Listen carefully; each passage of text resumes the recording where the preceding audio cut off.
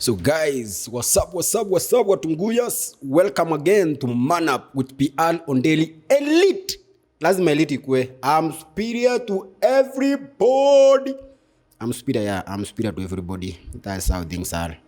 Called a puppet out on sight. She know what I'm talking about, but the truth will always shine. And in God I never doubt. Hard work beats talent, but with me it's double trouble. And I got a lot to say and they can't stop it with a muzzle. Watch when people hear my music and they dig it like a shovel. Mama said just let it be and put the focus on the hustle. Man, I'm rising from the dirt, 10 toes on the ground. Real music knows no language, I'ma do it with my sound. 254 to the world when I look who I'm around. I've been queening in my city, it's about time I take the crown. Look back at how far I come and it's amazing. Loving through the nasikia eti nina jina mpya mjini Rose Coco alafu inafanana na mimi kakitu kadogo kenye mambo mengi ukikachukulia poa utawekwa chini na hii ndo nguvu ya Rose Coco inafanya making white we watoto Rose Coco inafilisisha masonko wakiitwa baby wanamwaga maokoto Solomon huku wanamuita jibu ndo anajua kwamba Rose Coco ina nguvu akila tu anapost mjue ilivyo tamu na siku akioa niko pale nite kuku hey, Rose Coco inachanganyaga maniga walai hadi matembo wanakula kuku mixa mayai ilimtolesha maniga range mbili walipoachana ikamromba pa mjini hey, unaipenda unaitaka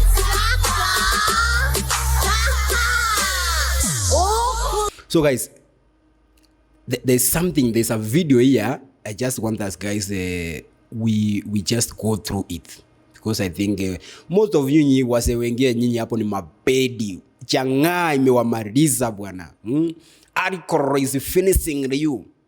Ariko is finishing you. You are done. So look here guys, somebody anaitwa Sopa Reon why you must quit Ariko with Andrew Huberman, Jordan Peterson and Matthew Walker. So guys, Ariko is not a good thing. I hope all of you guys mnajua pombe janga si maji. Janga is not my waters. It's not my waters, right? So acha tuangalie video tujue what is it for us. The world that we live in will have you believe that drinking alcohol is a good, positive, and beneficial thing. Look at how it's portrayed in the movies. Look at how it's marketed. Look at the branding of alcohol. Heck, look at the hundreds of celebrities that are launching their own alcohol brands or endorsing different kinds of alcohol. We are bombarded with information about the great things that happen when we drink a poisonous drug from day one of being born in the world. But here's the crazy thing. If we were to make every single drug legal and you could go into a pharmacy or a chemist and they had all the drugs that are currently illegal, all there available for purchase. But it was the 100% pure substance of every single drug. It wasn't cut with anything like that. It was just a pure drug. If you walked into that store, you would have a bottle of pure alcohol that nobody would ever buy because there'd be a label on it saying, warning, do not consume. This will kill you. If you drink this entire bottle, you will die. That would be the drug that everybody would be scared to go near. But that exact same drug is the same thing that tens of millions of people are drinking. They're just drinking the diluted version of it. It's mass insanity, and finding conflicting information about how great alcohol isn't easy. So today in this video, we've compiled a list of experts who are challenging the status quo, and they're not afraid to go against the grain and give you a different perspective on alcohol. So if you want some motivation on getting alcohol out of your life, watch this entire video. I hate to break it to you, but the reality is ethanol produces substantial. So guys, me personally, I'm not an alcoholic. Me is kunywaji kamunyweso, wapi kamunyweso, kunywaji kamunyweso. But I have been around wase wenye wako ma-addict wa pombe, kwanza janga. Bro, let me just be sincere with you. That shit is not good. Ukikuwa alcoholic, bro, there's nothing you are going to make. There's nothing you are going to manufacture or to do in your life when you are an alcoholic. Bro, that thing they call it spirit. So there are some demonic spirit hapo ndani that you don't want isikuwe part of you. Nimeona msee mwenye amekuwa just a useless person, a useless grown up person. mwenye sahi I think anaelekea 40 and he has not achieved anything kwa life yake because of pombe. So guys, kuwa macho, fungua macho. Let's just as we are entering into this video, just open your eyes. There's something I want you guys learn from this video today.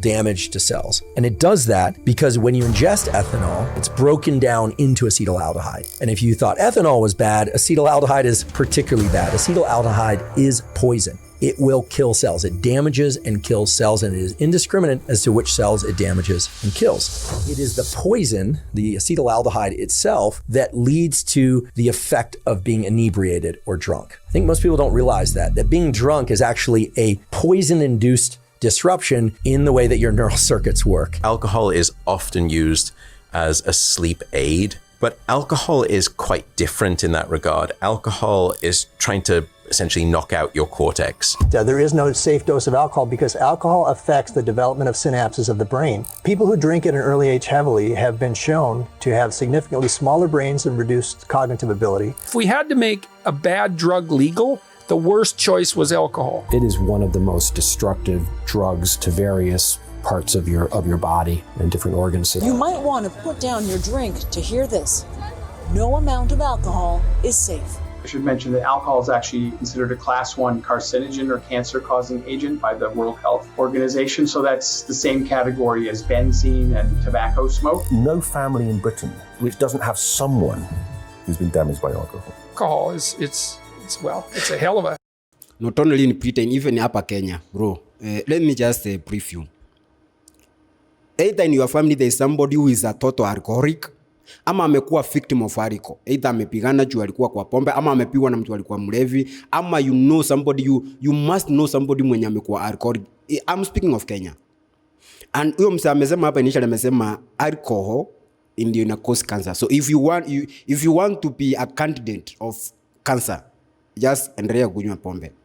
And the guys wenye wanakunywa, mostly wenye wamekuwa ma-addict, they will just cry to you. Wanakwambia manze, I just want to stop kukunywa hiki kitu, but I don't know how. Now you see, where the spirits simeingilia. Yet, wakati msee ameanza kunywa pombe, anaanza tu pole, like ni enjoyment.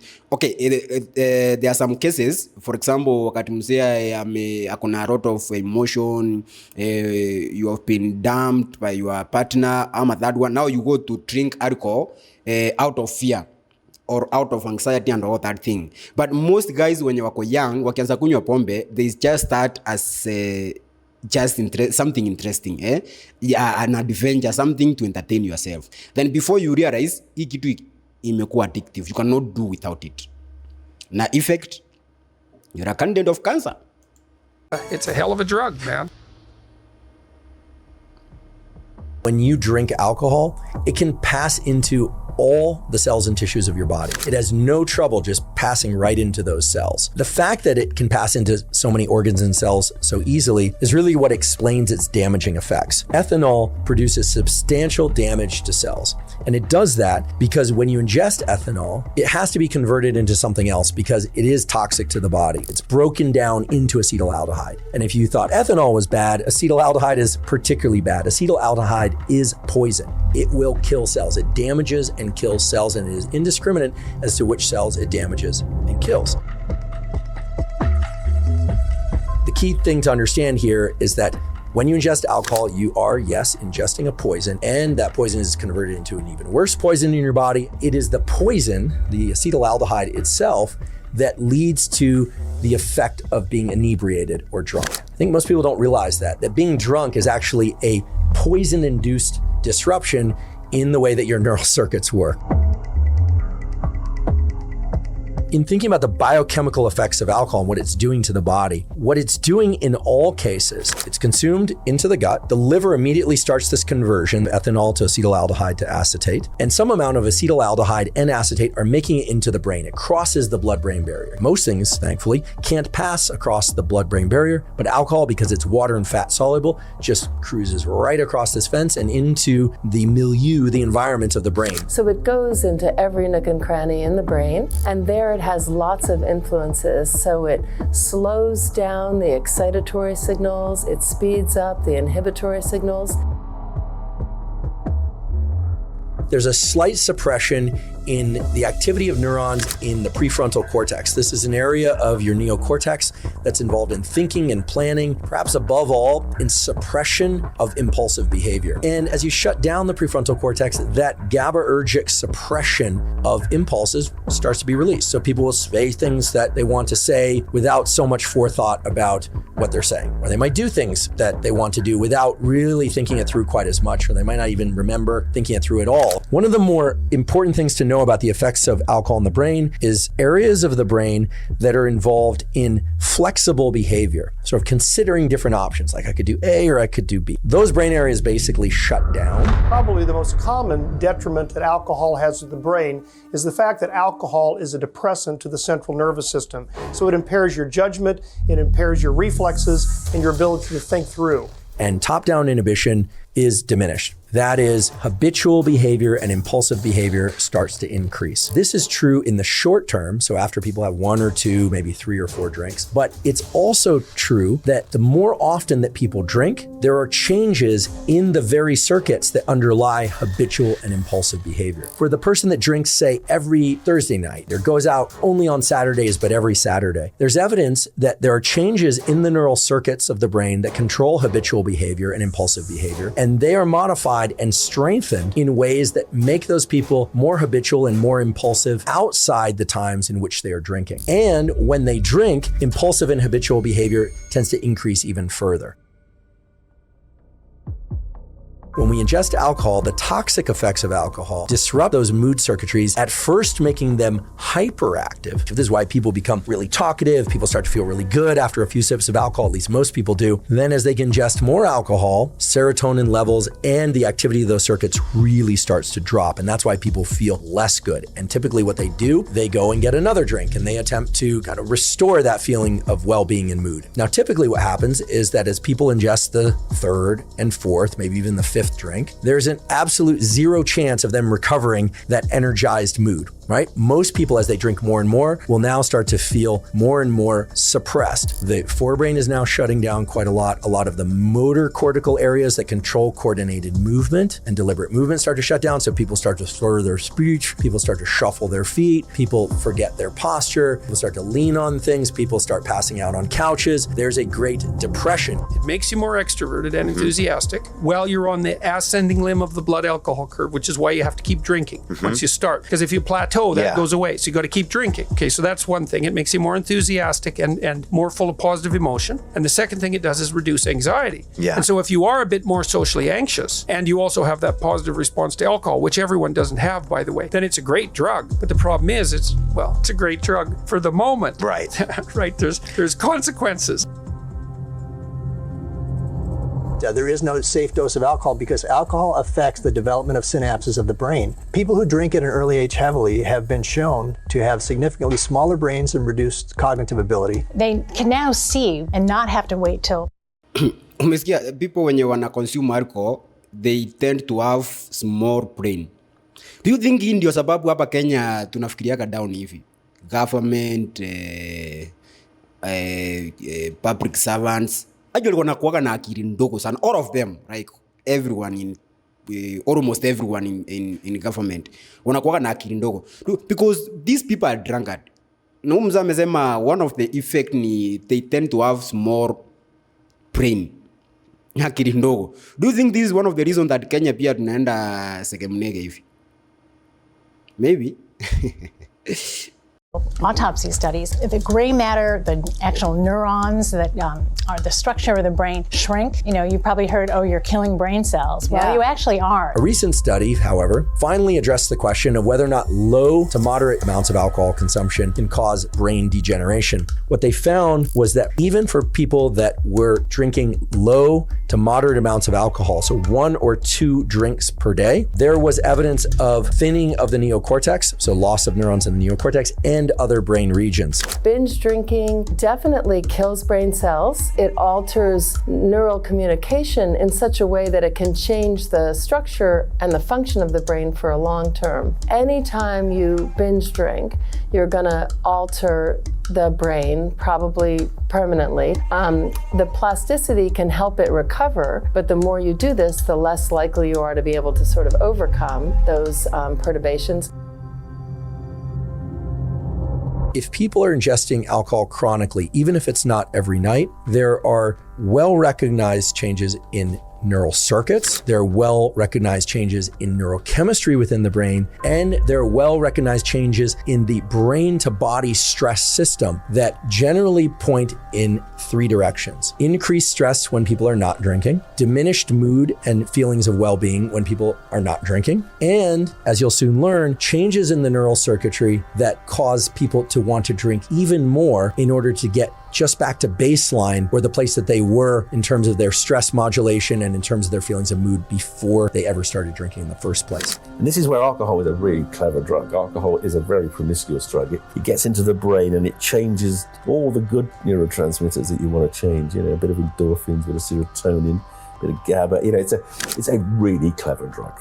And gradually it sort of worms its way into you. So eventually it kind of takes over and you get to the situation like, that you described. And, I've had patients of mine who say they just find themselves drink. They don't even intend to drink. They're just suddenly there drinking. They don't know how they got there. They don't want to do it. They don't even enjoy it very much, but they can't stop. It becomes a compulsion. So there's an increase in dopamine and an increase in serotonin. So it's kind of an increase in well-being, an increase in mood, but it's a very short-lived increase. Very soon after, and actually triggered by that increase, is a long and slow reduction in dopamine and serotonin and related molecules and circuits. What you're getting is a blip of feel-good followed by a long, slow arc of feeling not so great, which is why typically people will drink again and again across the night. And many people make the mistake of then going and pursuing the dopamine evoking, the dopamine releasing activity or substance again, thinking mistakenly that it's going to bring up their baseline. It's going to give them that peak again. Not only does it not give them a peak, they're hiyo ndio wazee wanasema nitoe rock. Bro, Buddha boss. Si tuende hivyo nitoe rock. Nataka kutoa rock. So instead of you recovering, now you are adding poison to the former or whatever poison ulikuwa umeongeza. So unapata wazee asubuhi tunyangalika tuachanga because so uko mase nitoe rock and you don't know that you are heading on your way to the grave. And I really wonder how I say when they have kids, mostly men, what the fuck are you drinking, bro? This thing is damaging your head. You cannot bring a balanced judgment. Your thinking capacity is being lowered. And yet you are the man, you are supposed to do all the things that men are supposed to do. Fikiria sana. But then I was say maybe in this video they are not even watching the video. So how are we going to help them? Now, for those that have not yet started drinking, please don't attempt to start drinking. Because wale wenye washaingia kwa ulevi na pombe, kwenda huko wacha waende wakufe na huko. But if you have never tested alcohol, please don't attempt to. Usijaribu, achana tu nayo, just stay your life, do other things, but pombe. Baseline gets lower and lower because they're depleting dopamine more and more and more. And we've seen this over and over again. When people get addicted to something, then they're not achieving much pleasure at all. Addiction is a progressive narrowing of the things that bring you pleasure. So oftentimes what will happen is the person only has excitement and can achieve dopamine release to the same extent doing that behavior and not other behaviors. And so they start losing interest in relationships, they start losing interest in fitness and well-being, and depletes their life. And eventually what typically happens is they will stop getting dopamine release from that activity as well. And then they drop into a pretty serious depression. And this can get very severe, and people have committed suicide from these sorts of patterns of activity. But alcohol has effects in lots of different areas of the brain, not just that sort of reward area, but it's also involved in a range of other neurotransmitters beyond dopamine. So, things like glutamate and GABA and other parts of the brain, the hippocampus, which is involved in memory memory, the cerebellum, which is the back part of your brain that's involved in motor coordination. And likewise, when someone is alcohol dependent, it is one of the most destructive drugs to various parts of your body and different organ systems. Worst case scenarios can be things like alcohol-related dementia or delirium, which are serious brain problems, or cirrhosis would be another really major problem. These are things that people become extremely ill and need to go into a nursing home, or people just die from. Because alcohol is sort of this very generic drug, it's the most widely acting substance I know of. It acts on proteins in every body system, not just the brain, but on the kidneys, on the liver, you name it, it acts there. And so it's a pharmacological hand grenade because it indiscriminately can alter the function of proteins in cells everywhere in your body. Alcohol causes depression. It causes the opposite. It doesn't relieve anxiety. It causes anxiety if the main thing in your internal or external world is a negative thing. Alcohol will exaggerate that context. People who ingest alcohol at any amount are inducing a disruption in the so-called gut microbiome, the trillions of little microbacteria that take resident in your gut and that live inside you all the time and that help support your immune system and that literally signal by way of electrical signals and chemical signals to your brain to increase the release of things like serotonin and dopamine and regulate your mood, generally in positive ways. Well, alcohol really disrupts those bacteria. Alcohol kills bacteria, and it is indiscriminate with respect to which bacteria it kills. So when we ingest alcohol and it goes into our gut, it kills a lot of the healthy gut microbiome. At the same time, the metabolism of alcohol in the liver, which you now understand, that pathway involving NAD, acetaldehyde, and acetate, that pathway is pro-inflammatory. So it's increasing the release of inflammatory cytokines. All these pro-inflammatory molecules, those are being released. You've now got disruption of the gut microbiota. As a consequence, the lining of the gut is disrupted, and you develop, at least transiently, leaky gut. That is, bacteria that exist in the gut, which are bad bacteria, can now pass out of the gut into the bloodstream. So you've got bad bacteria from partially broken down food moving out of the gut. The good bacteria in the gut have been killed, and so now you've got leaks in the gut wall. You've got the release of this bad bacteria. You've got inflammatory cytokines and other things being released from the liver, and they are able to get into the brain through what's called a neuroimmune signaling. The net effect of this is actually to disrupt the neural circuits that control regulation of alcohol intake. And the net effect of that is increased alcohol consumption. So this is just terrible, right? I mean, so you're taking in something that disrupts two systems, the gut microbiota, and it disrupts it in two ways. It's killing the good gut microbiota, and it's allowing the bad bacteria to move from the gut into the bloodstream. You've also got pro-inflammatory cytokines coming from the liver, and those converge or arrive in the brain and create a system in which the neural circuits cause more drinking. That's a bad situation. And this is why people who drink regularly, even if it's not a ton of alcohol, what you end up with is a situation in which you have inflammation in multiple places in the brain and body, and the desire to drink even more and to further exacerbate that inflammation and the gut leakiness. There was this conception that alcohol had some benefits with regards to some cardiovascular diseases. More recent studies now find that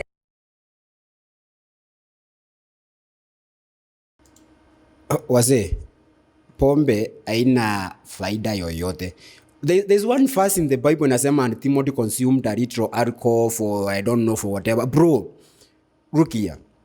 Pombe or wine or whatever thing you want to call it, haina faida yoyote kwa maisha yako.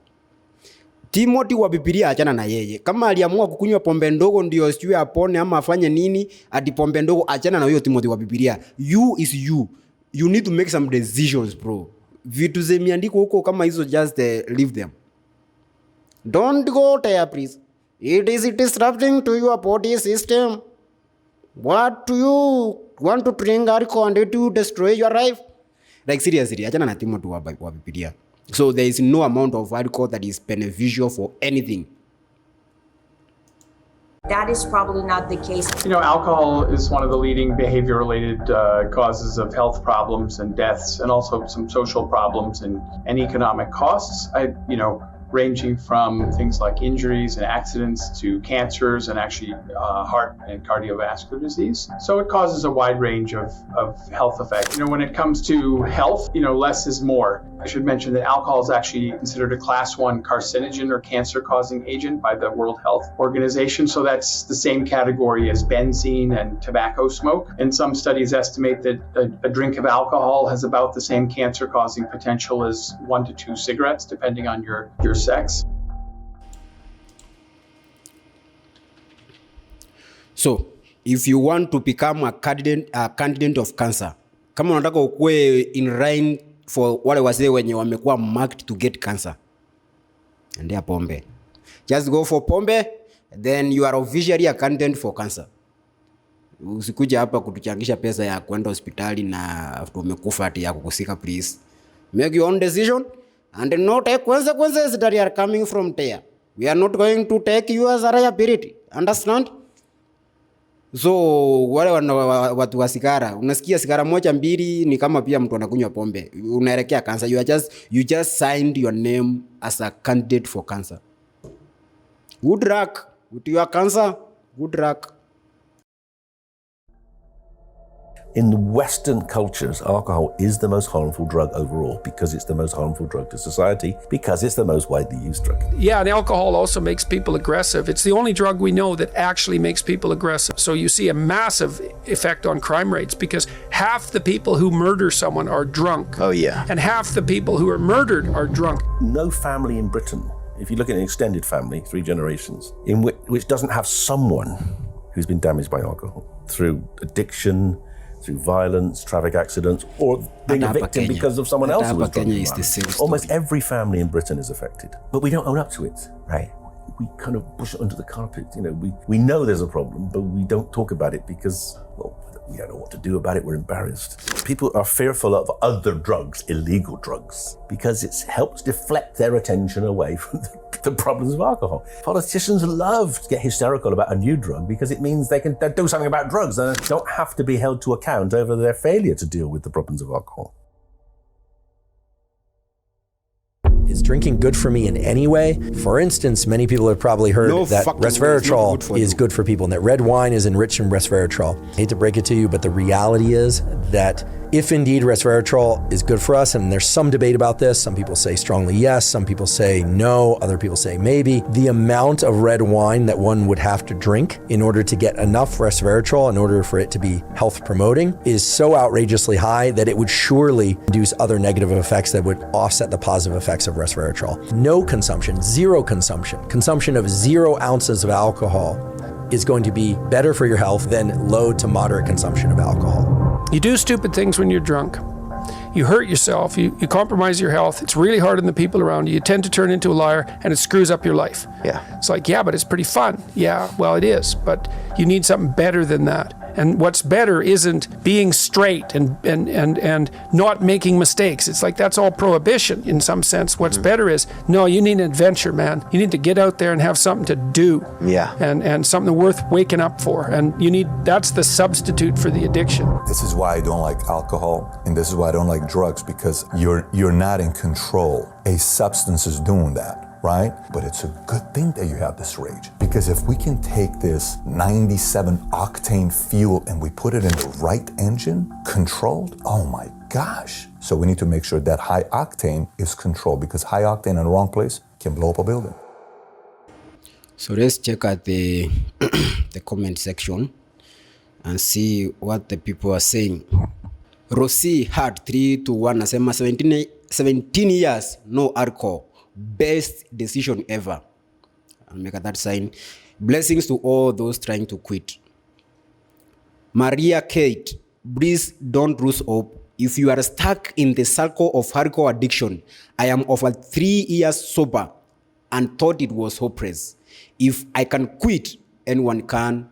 Stay strong. I encourage people to find alternative when first quitting.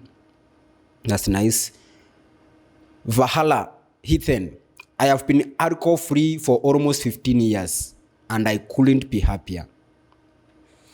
Dripasalis TP Rizal, as someone that drinks in moderation on the weekends, I'm happy for everyone in the comment talking about how much being sober has improved their lives. Don't fall for the goodies, social pressure feeling.